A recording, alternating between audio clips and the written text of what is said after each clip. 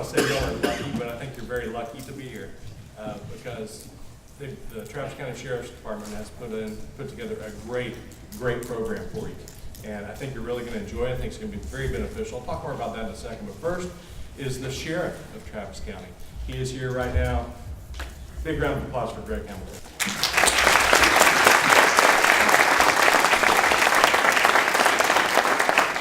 First of all, I'd like to say good morning, and I would like to thank the individuals that put this event on, that came to me, that talked about doing something about what's happening in our schools, and that's bullying. How many people have heard of all the bullying going on, not only in your school, but around the country? I hope everybody would raise their hand. And that's one of the things that we would like to address, and that's Kelly Page and Florence Brasenio, these two individuals. Please raise your hands.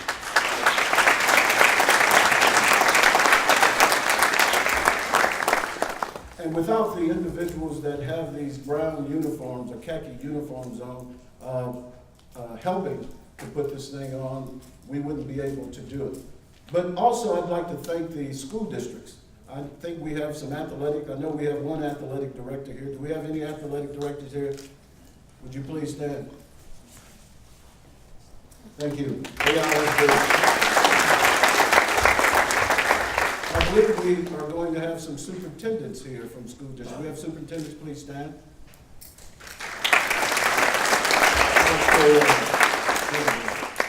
Well, we're going to get this party started here. We hope that everyone here find this particular summit or conference educating. We hope that you'll be able to take some things back with you to the school. School's about to crank up. And I think that it is apropos based on the heels of what's happened at the University of Texas right now.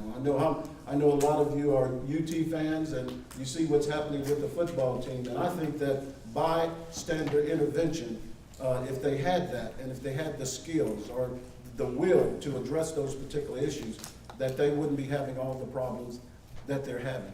And I would like for you to take that back to your school. It's time for us to stand up for those who can't stand up for themselves. And if we're going to make our schools safer, it's going to start with you. It's not going to start with the teacher or the principal or the superintendent or the athletic director. It's time for you to stand up. And one of the reasons that we picked athletes to start this program, hopefully this will grow and we'll reach out to the ROTC, to the band members, to just Joe Citizen that's in the school district, that individuals will start standing up for each other. Because it's important to keep your classroom, your school district safe. And it's up to you to stand up. I used to be an athlete myself about 100 pounds ago. What are you laughing at? But I used to be part of a group, and we used to stand up. I know when I was going to high school, we had individuals that would pick on individuals all the time. It was individuals that were scared to not strike back, but to speak up. And there was athletes that stood up for these individuals. And I challenge each and every one of you today to make a commitment before you leave this conference, this summit, that you make a commitment that you're going to do everything possible to start standing up for those who can't stand for themselves. Thank you all for being here. I know that you all could be doing a lot of things, but you chose to come here, and that shows that you have an initial commitment. But today, let's solidify it at the end of this day that you're going to do something at your school and make it a safer place. Thank you all.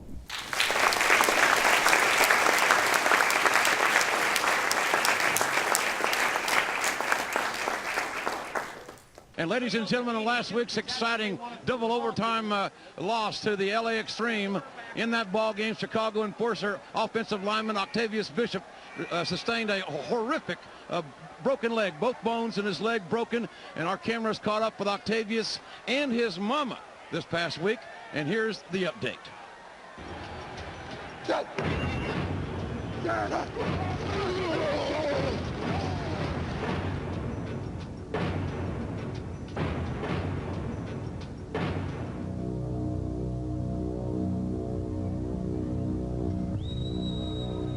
In the wreck of bodies, Chicago enforcer offensive tackle Octavious Bishop went down. Both bones in his lower leg broken.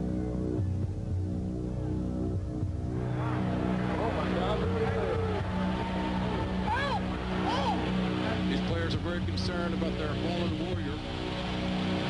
Nobody likes to see this happen. Hey, man, don't show that. Let's go.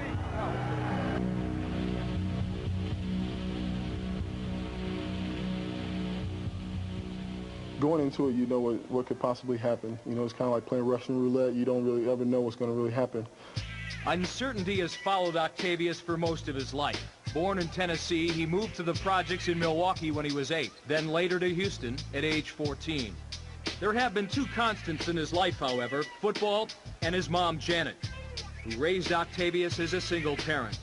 Well, at first they said player down, and then when they said Octavious Bishop, I was like, oh no. I thought maybe he'd get up, but then when they went to a commercial and they came back and he was still down, and then they said it was broke, I was like, oh, not again. He's a tough son of a gun, I'll tell you. Octavious with his hook-em horn sign. And even an old Oklahoma can Look at that, hook 'em horns, legs broken in 2 places, but he's still got the courage, the guts to raise his arms up in the air. What a warrior. That's the XFL spirit personified. That's my heart. You know, that's my ego. I guess we've been through so much. No matter what happens, you know, we're covered. It's gonna be all right always. You know, it's gonna be all right.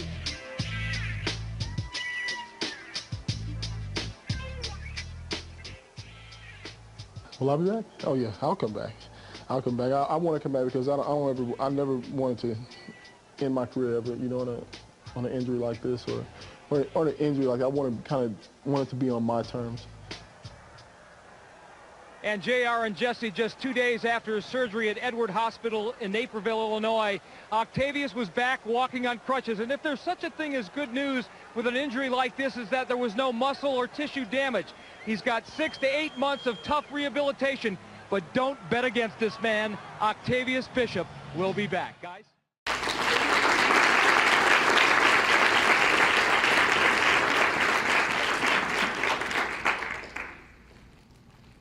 Forgot to do what I was told. Well, one thing that's true about this and not true is I did not come back to play football. My football career ended with an injury, okay? Most people don't know this. It wasn't because of a break. It was because I actually almost died a week later from 2 blood clots, pulmonary embolisms that went to my lungs, okay? So there was a lot that happened during that time. It was a very dark time for me. When football's over, many of you athletes who've been injured, you understand how impactful an injury can be on your psyche, on your ability to do what you really love to do. But it was also a gift. I had a chance to truly focus on who I really was. I had a chance to really effectively attack some of the demons and some of the things and insufficiencies I had about myself regarding my own learning disabilities. Though I had played at University of Texas, and most of my focus was on football, once my career was over, I had to learn. I had to figure out what I was going to do. Okay. And because of this injury, I'm here before you today because I truly care about young people. And everyone who's been here today, I really hope you recognize the significance of this. I want you to remember that because we're going to talk a little bit about the difference between success and significance. I will write this down because we're going to go through some PowerPoints and I'm going to give you we're going to wrap up a lot of what we talked about today. Weren't there some wonderful speakers today? Let's give a hand clap to all the speakers.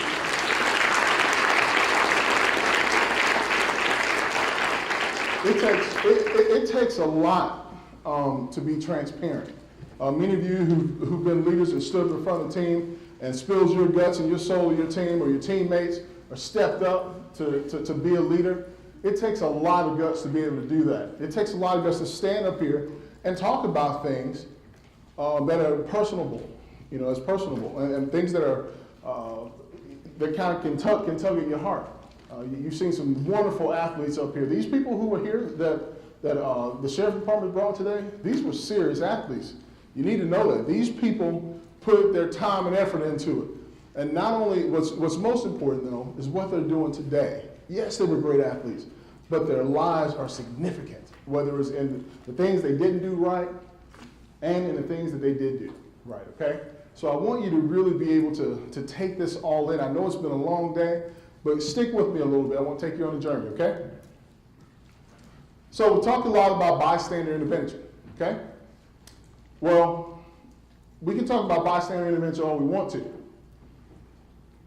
To be a bystander, would you say there's a price to pay? To intervene, is there a price to pay? There's a price to pay, right? There's always a price to pay for leadership.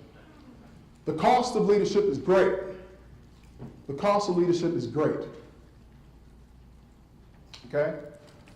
So before we get to that, I want to kind of describe, this was a Sports Illustrated, my senior year, Sports Illustrated cover for Ricky Williams. And we're holding Ricky Williams up. And us four are in this because we were all recruited at the same time. And the goal was, when I was being recruited, that Steve Bernstein sat in my office and he said, look, we have this kid from California. We're recruiting specifically 4 guys that we know can win the Heisman with this guy. This guy can win the Heisman. We have to have you there as our left tackle. So years before, about 4 years before all this happened, okay, about 4 or 5 years before all this happened, there were some goals already set, by the University of Texas, by that coaching staff, before I ever got there, okay? So I had an opportunity to step in to a situation where goals were already being met, okay? Well, that's the football part of it. Yes, we went on to win the Heisman. We went on, to dominate the line of scrimmage like we set out to do. But I want to talk about these guys, the other three guys in this picture. All of us know who Ricky Williams is, right? We know his story has been televised. His ups and downs have been televised. But I want to talk about the big uglies. Yeah, the big uglies, okay? We know that there's a lot of attention being drawn to the University of Texas about some things that didn't happen so good. We know that. We see it in the media. Well, those guys, all of us are from the University of Texas. I want to tell you something good about the other 3 guys who are in there. So I have Lifebox, and we'll talk about what Lifebox means in a minute. To your left is Jay Humphrey. Jay Humphrey was from Richardson, Texas. He was the other offensive tackle. I played left tackle, he played right tackle. Me and Jay Humphrey's life were completely opposite before we got to the University of Texas. I'm from the projects. Jay Humphrey is from Richardson in Dallas, which is a really nice area. The next guy was Ben Adams. Ben Adams was from California, okay? Ben Adams and I were more on the same page. We grew up in single-parent homes, kind of had more of the survivor mentality. Ben Adams was the meanest of all of us. He's the meanest, but yet the most loyal, if you know what I mean. And the smartest of all of us was Russell Gaskamp. He had a wonderful home life. He was an all-state wrestler, the #1 center coming out that year. Great guy. So we formed a bond together, right? We formed a bond together. One thing I can rest assure you, I never felt like I wasn't going to be taken care of if something happened. They wouldn't eat unless I ate. I wouldn't eat unless they ate. If I didn't have any money, they took care of me. If they didn't have any money, guess what? I took care of them. We were that tight. Okay, we were that tight. And you have to recognize in leadership, it's bigger than just rah rah. Come on, man. You need to come on. You need to tote your own. No. I'm not even talking about anything on the field. We had the success on the field. I'm talking about everyday grind, our everyday life related to leadership. These men were men of integrity. Yes, we had fun. Of course we had fun. We were in college. It was the best time of my life. Yes, we had fun. I never had to worry about being left anywhere. And no one in that group would ever put their hand on a woman improperly. Not a one. Not one of us would ever take a woman home who was drunk. Not a one of us. It wasn't going to happen. It wasn't going to happen. So when you look in the media, and yes, I'm using the opportunity to stick up for the University of Texas and the men in this picture. When you hear the media talk about certain people and certain things that happen, you need to know that there are good people. You hear me? There are good people at the University of Texas and guys that have come before the guys who are here now, who've done some wonderful things, some great things, okay? So that's a part of my life box. These are my brothers. These are the guys that I was in the trenches with, right? They were the bystanders for me when things weren't right.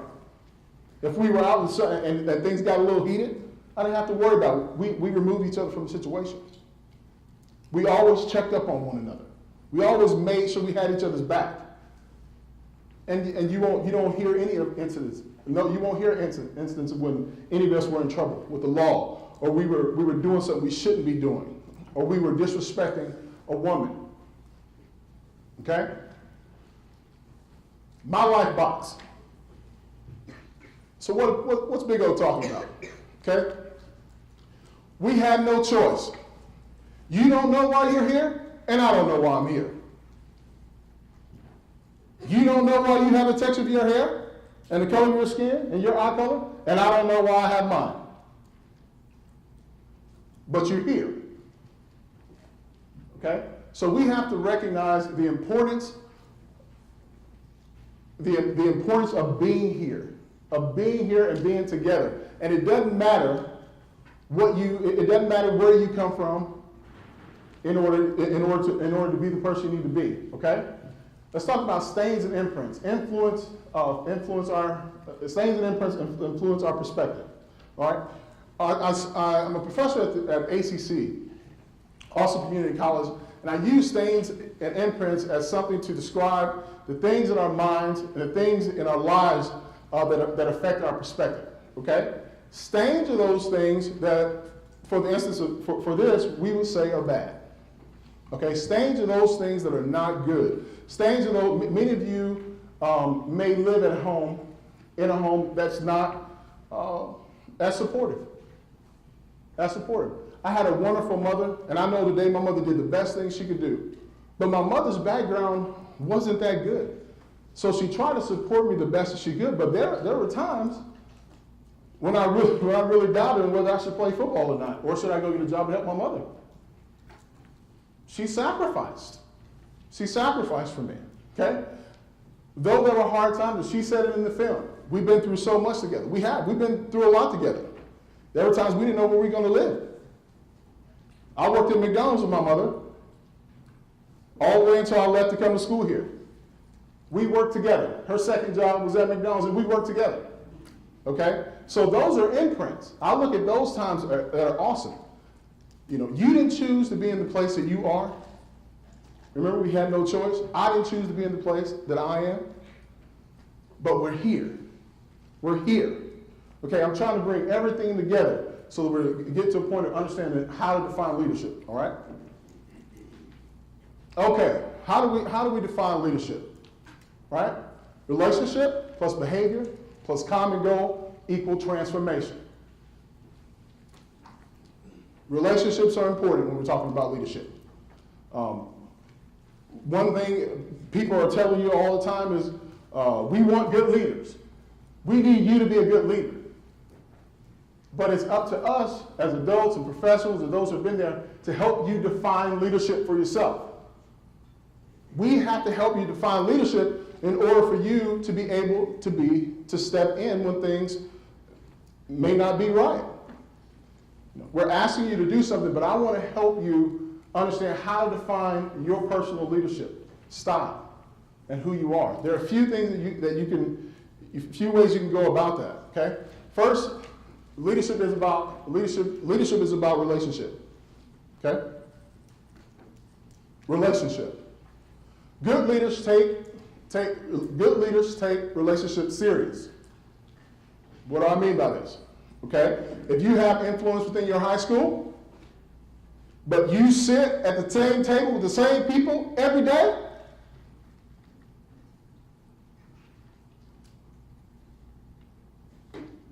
How good of a leader are you? Have you tried to sit at the table with someone who's different than you? Maybe not. Maybe a good idea. Have you ever went to visit the life skills? People in life skills. We know what life skills is. Visit someone in life skills.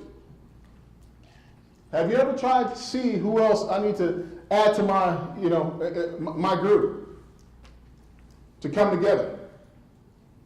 Good leaders understand relationship and take relationships serious.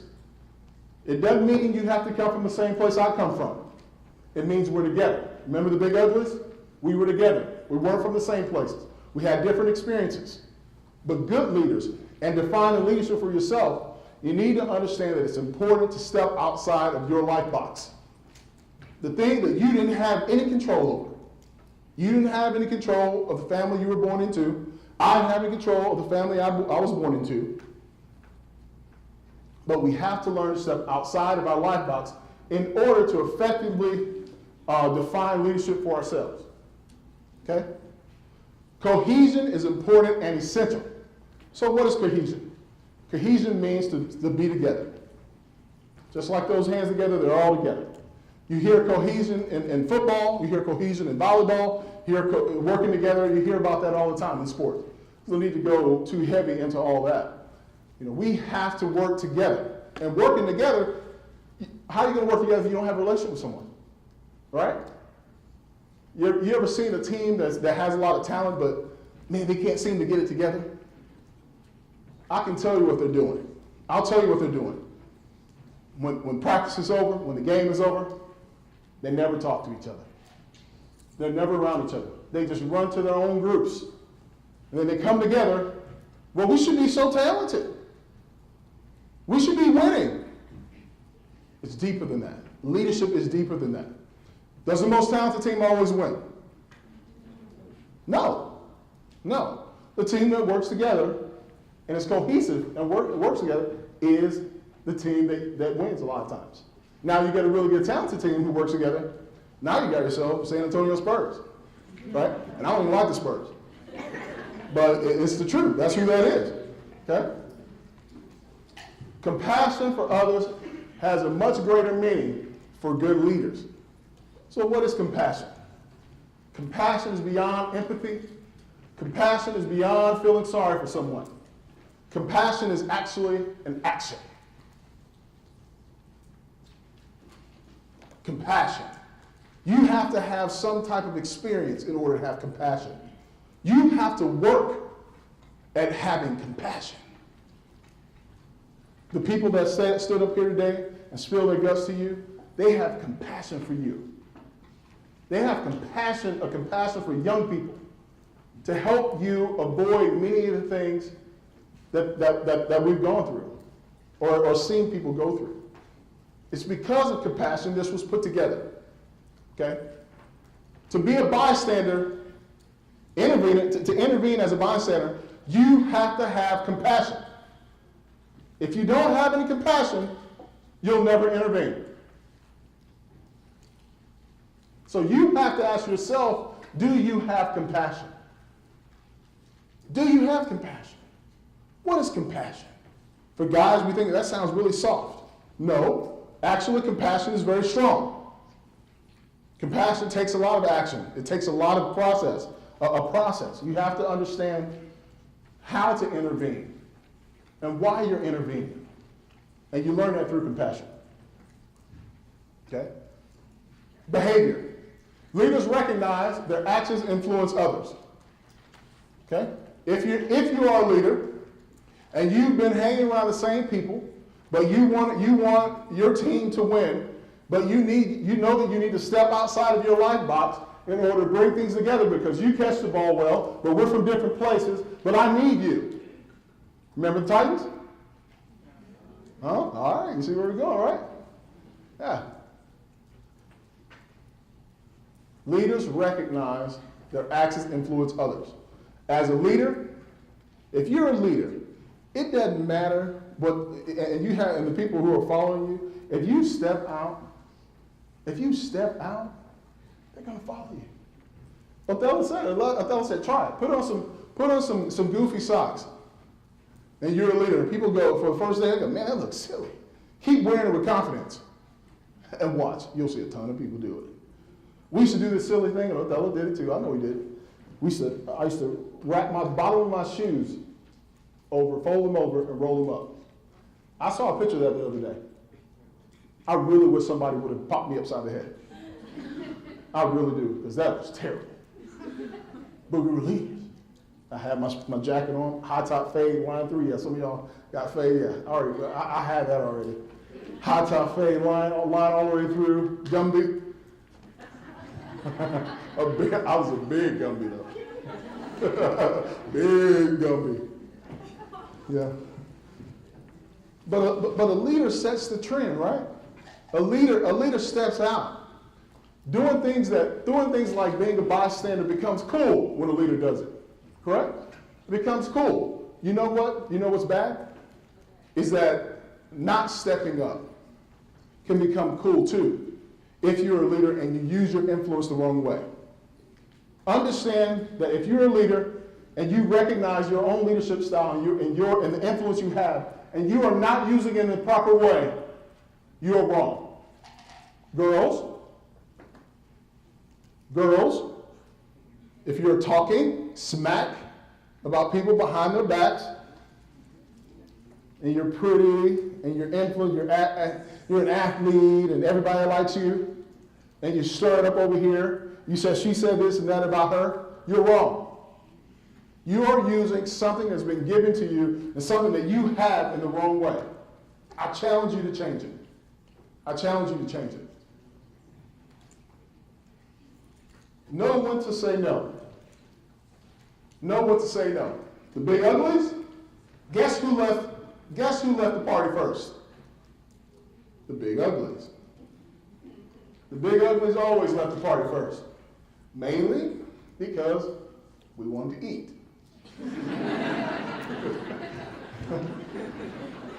Yeah, we wanted to eat. But, you know, there were times we were talking. He's like, man, things just don't feel right. No, I think we might need to go ahead and take it in. So we took it in, went to sleep, and we were the first ones at breakfast. And I'm not lying, I'm telling the truth. That is the truth. All right? Know when enough is enough. Okay? If you're a leader, listen, you know, I'm going to be honest. We know we're athletes, right? No one's asking you to be a stick in the mud. No one's asking you to be a stick in the mud. Yeah, you can tease me, but there's a limit, right? Yeah, we can, you know, talk to each other. You know me, I know you. Hey, big guy, you're always the first one to the party. Go get something to eat. Yeah, that's fine. It's okay. But a good leader knows when enough is enough. A good leader recognizes when someone's maybe not having such a good time at the house. You know, maybe they pull somebody aside. A good leader, maybe someone is going to them and saying, hey man, you know, I haven't told anybody this, and I don't want you to tell anybody. A good leader don't tell everything, right? You know, and so I know things aren't going well at the house, but man, I just kind of need somebody to talk to. And I consider you a leader on the team, but I need to tell you, man, this is why I'm lagging, you know, in my sprints. I have to go to work right after football or volleyball practice, and you know I closed too late, and then I had homework. A good leader will listen to that and recognize that, right, and protect that person because they know that person is really driven and wants to do the best. That's what a good leader does. A good leader pays close attention to the details. Okay, knows when to say yes. Now, I have a hard time saying yes to one more sprint. I've always had a hard time saying yes to one more sprint. But if you're a leader, come on, let's do it again. You know, maybe we need to get in some more practice time. Maybe we need to get in another workout. Okay? Sometimes a good leader, even if you don't feel like it, you're having a bad day, maybe sometimes, I know this may be asking a lot, sometimes you may need to reach out to someone that you know is not having a good day. That's what a good leader does. A good leader sacrifices for the good. Y'all get me? Making sense? And in leadership, there's always a common goal. Moving towards success and being successful. Understands the mission, right? Understands what we have to do, execution, how to execute, corrects mistakes, and does not repeat mistakes over and over. So, we're at the end of the summer. Maybe you've been to a couple of parties you shouldn't have been. Maybe you've done some things you shouldn't have done. Maybe you did everything right. But maybe you could have intervened when things weren't so right. Don't make the mistake again. You don't have an excuse to that. Your excuse has been taken from you. And if you're here, you're a leader. So we expect you to be a leader. Remember, a lot of people have a lot of compassion about this. This is big, okay? This is a big deal. Transformational leadership. Big word, right? You can't be transformational by yourself. Impossible. Impossible. Superman is cool, but he ain't real. Superman, he's cool, he look good, but he ain't real. Right? In transformational leadership, it's we, not me. See, in order to have transformational leadership, I need you. I need you. I need you. It's kind of hard to be transformable by myself. I need more people. Empowers others. A good leader, if you play basketball, recognize somebody's hot. Boom, shoot. So-and-so's hot over there, boy. He's hot. Keep going. If you're a good leader, you bump him up. Keep going. No, you don't wrap the ball up. Throw the ball. I want the ball up. Break. No, a lot of you know you're saying it right. Come on, man. Pass the ball. So-and-so's hot. He's hot. No, no, man. Get the ball up. Empower a teammate. No. And then in transformational leadership, we want to get to make a point, right? We want to get to the fact that success equals significance. So what is success? What is success? We have to ask ourselves what success is, okay?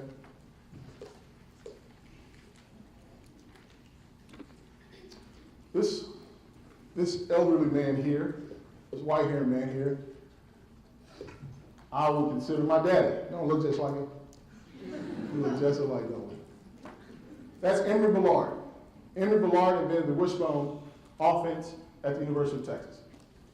Okay? Emory Bellard experience extended beyond the game itself. Yes, he was an offensive genius, a mentor to many players and coaches. Most importantly, his life, his habits, his daily grind was transformational. In 1972, while head coach at Texas A&M, he signed 9 Black American football players.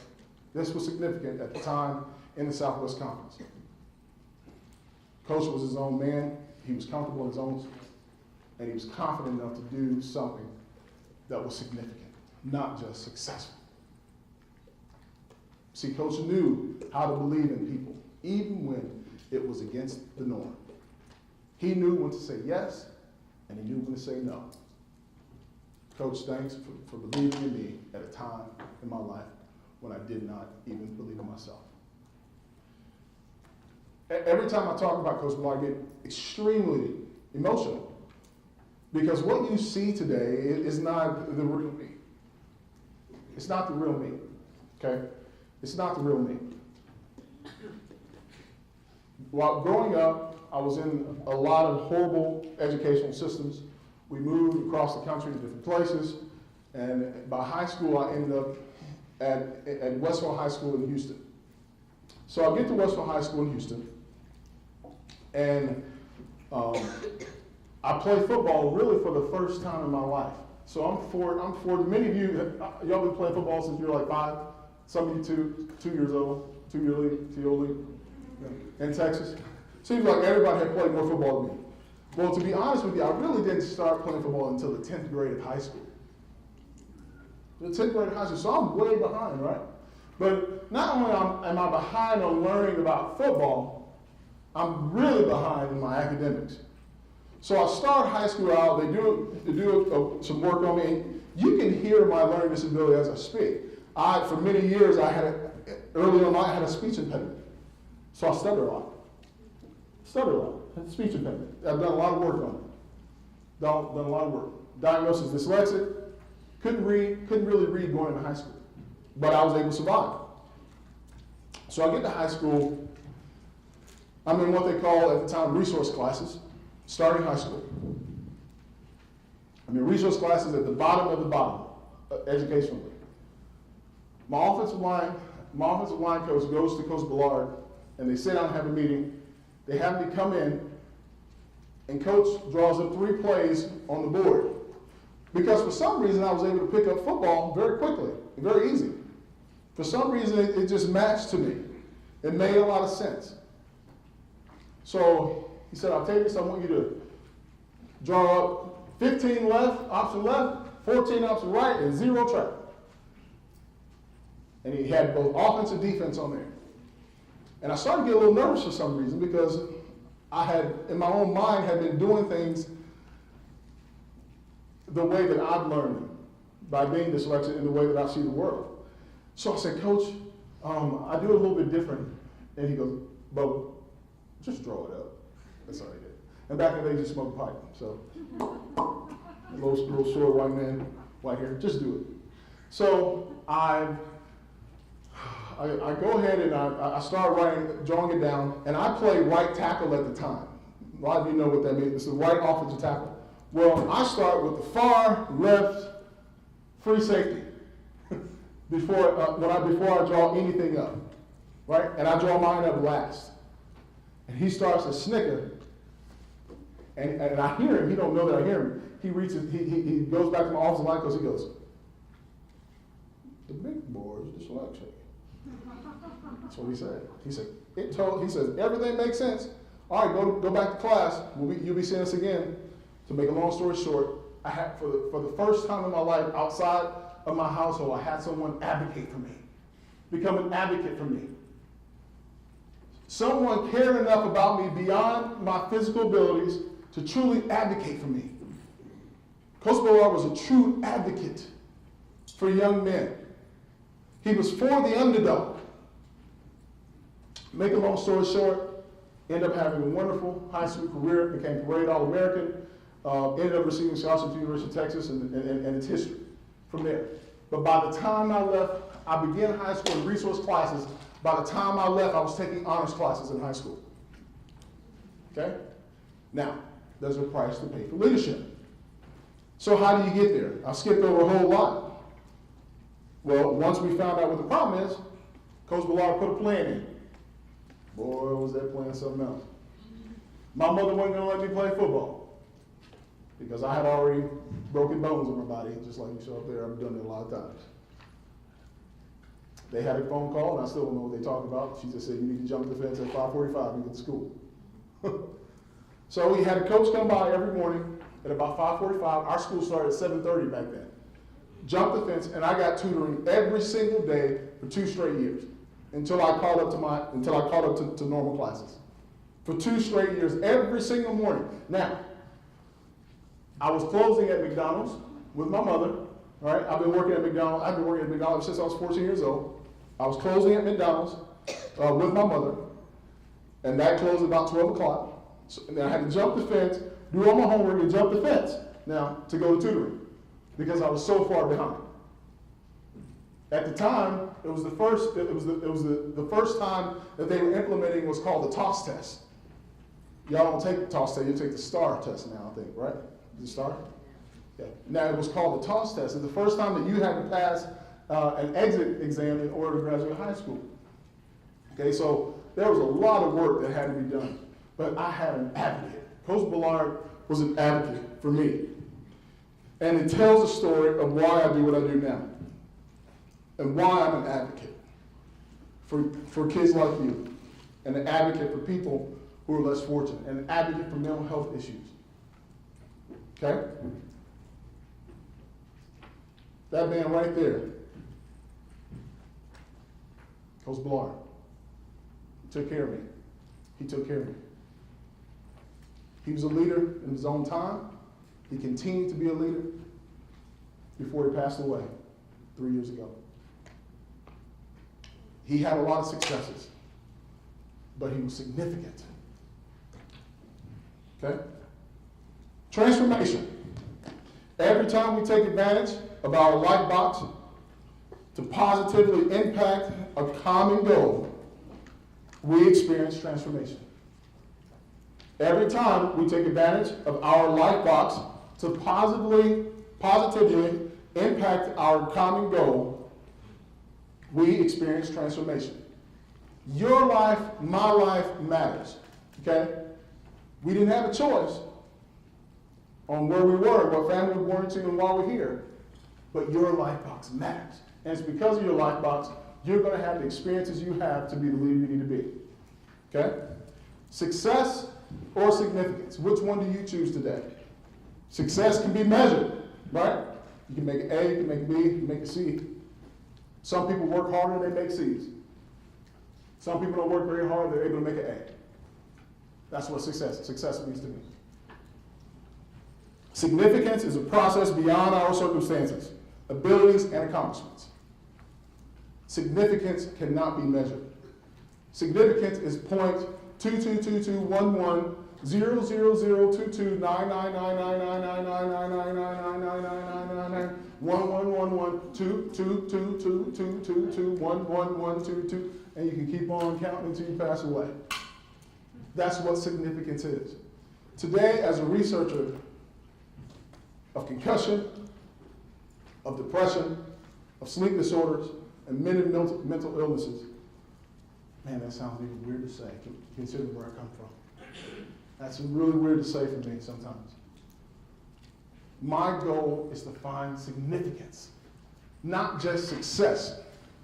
By me only looking at the successes in my life, the little monetary things of what I have, what I own, my house, my car, my bank account, by only looking at those things, I'm missing the big picture of what I call my daddy, Coach Below was asking me to do. Significance. Bystander intervention is significant, guys. It's significant. Every time you step in to take care of a fellow teammate or someone who is having a hard time or being bullied, you are being significant. Dwayne Goodrich, yes, the tragedies and the things the tragedy that he himself said that he caused, all the pain and all the dark times in his life have now become significant to help someone else not make those mistakes. Okay? Carrie Potts' situation is a situation we don't ever want women to go through, or anybody to have to go through. But she didn't stay down in the dark corner. She got up and became significant. Significance is a must. And Othello, he wrapped it up for you. He gave you all kinds of tools, all types of tools, right? Beth Holloway, she lost her daughter. If she doesn't continue to move on and continue to fight the fight and continue to talk about her tragedy, I don't know if it's even successful with the loss of a child. I have a child now. Can't imagine going through that pain. Can't imagine it. Can't imagine it. Can't imagine it. But what she's doing today is significant. What you've done today in your breakout groups is significant. Okay, I want you to know it's significant. It's not just a success. You're going to get a certificate, but this is bigger than any success. This is significant. We want you to take this back with you and have a year that you never had before at your school. I want you to think about everything that you're doing. Our goal is to have you thinking about things you've never thought about. Who have you overlooked? If you're a leader, you're here. Have you overlooked anyone? Is there someone you need to pass or stick a hand out, give a hand out to? Do so, okay? Do so. I'm going to leave the floor open for any questions. You have any questions? Yes. Do you keep in touch with your friends? Yeah, they are big ugly. They're ugly. I'm the prettiest one up there. What are you talking about? I'm fat, but I'm pretty. Yes, we keep in touch. You know, we're all busy, but that's a lifetime bond. I don't have to see them every day to know they're there for me. You know, because we've done some things together for a long time. Okay. Anybody else? Yes. Where do you think you'd be today without the help of that coach? You know what I don't know? I think about that often. I'm writing a book of why I never played baseball. It doesn't have much to do with baseball, but it has a lot to do with the fact that I'm an only child. I've always thought about baseball. And in baseball, you have to have somebody else, right, to throw your ball. And I remember walking to up the street to the basketball courts, playing basketball because you play basketball by yourself. But you know, one thing Coach Ballard offered me was another hand. He gave me a teammate, gave me somebody else there to bounce something off of. I don't really know where I would be. I would hope that maybe someone else would come through my life, but he came in my life at a time where I had a very, very small. I didn't think really, really good of myself. There were some dark times growing up. Anybody else? Yes. If you could go back and avoid having that injury or the clock. The one now? If you could go back and avoid having that injury, would you? I don't think I could have avoided it, but I wouldn't. No. That injury, just because one thing I recognize about leadership and about being significant is just because something is physically painful doesn't mean that you don't need it, right? Pain is something that we all have to go through forever. But pain is something that's necessary for us to grow. So no, I wouldn't change it. I'm not in pain today. I'm happy. Anybody else? Any other questions? Well, thank you. I have a few things to talk about. One thing was the survey. So you've taken a survey. Many of you have taken a survey already, and we're going to compile what we've learned about the survey. Okay, and then we're going to have you take another survey. I believe it's from Kelly. Help me out. Is it in October or November? November, another survey. And now you have information that you received, you know, since this symposium or here at the summit, and you're going to be able to answer questions maybe differently. Okay. Also, you'll be able to go to a Facebook page that we're going to have, and it is bystander intervention athlete, the positive champion. Okay. Bystander intervention athlete, the positive champion. And on this Facebook page, we want it to be interactive, maybe have videos, maybe even have some of you all comment on there about maybe some of the things you're going through throughout your year, okay? Be pretty neat. Any other questions? Yes? So, like you were talking about earlier, being intermediate as a bystander, and then you also talked about you don't always want to be a stick in the mud. What's the best way to intervene as a bystander without, being blood still as far as or something like that? Well, there were some people who talked about that, pretty extended. You have to, as a leader, we know what's right and wrong. If it's something that's not right, you need to intervene. And I trust that you know the difference between right and wrong. That's the cost of leadership. That's the cost of leadership. Leaders have to step up, even when it's not popular. You step up. That's why you're here. In the end, can you sleep at night when you know you might have could have helped? You don't want to lose any sleep, right? That's the deal. But you can lose sleep if there's a friend of yours who's a girl and you let her go off somewhere. You lose sleep. So if you're going to lose sleep, you know you probably need to go ahead and step in. Anybody else? Girls? Men? All right, thank you. Thank you very much.